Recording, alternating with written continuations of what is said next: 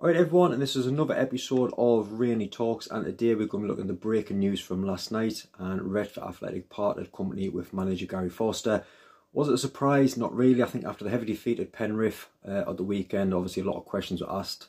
Obviously not just for the manager, the players, kind of what's going on to lose a game 9-2 in any level of football is just not good enough at times. And kind of his manager, has he lost the changing room? His players down tools? It's kind of a lot of questions I think has been asked since that game.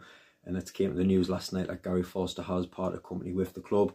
And Gary himself came in assistant coach in 2022 and later in that year became manager. And in the 14 months that he's been at the club, I mean, they had the highest finish that they had in the football pyramid at the club under Gary. A good FA Vars run, but I think it's all about this season. I mean, going into the season, the club had massive expectations. We spoke to a few fans from the North League before the season started who expected top four, winning the league.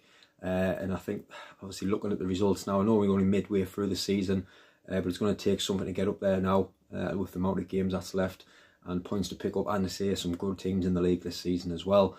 And I think it all boils down to this season, obviously going into the league and obviously the start of the season that they had, it was very slow. Things did pick up, got a little bit better, but again, things have just kind of drifted away now. Picking up the odd win, the draw, the loss every now and again. There's no kind of momentum with the team. Not picking up points every single week, and I think that's what's kind of cost Gary the job last night as well. But what happens now going forward? I mean, obviously with the players that we've got there, and obviously players expected to come in possibly from Marsk as well.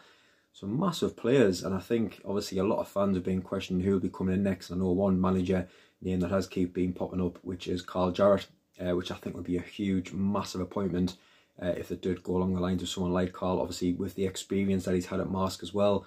Does he know a couple of players that's obviously left the club now at Marsk that he could bring along as well and make that squad even stronger? There's always that one team that has a great second run to the second part of the season, and you never know, that could be Redcar Athletic. And if you keep winning games of football, the confidence picks up. Like you say, you start climbing that table.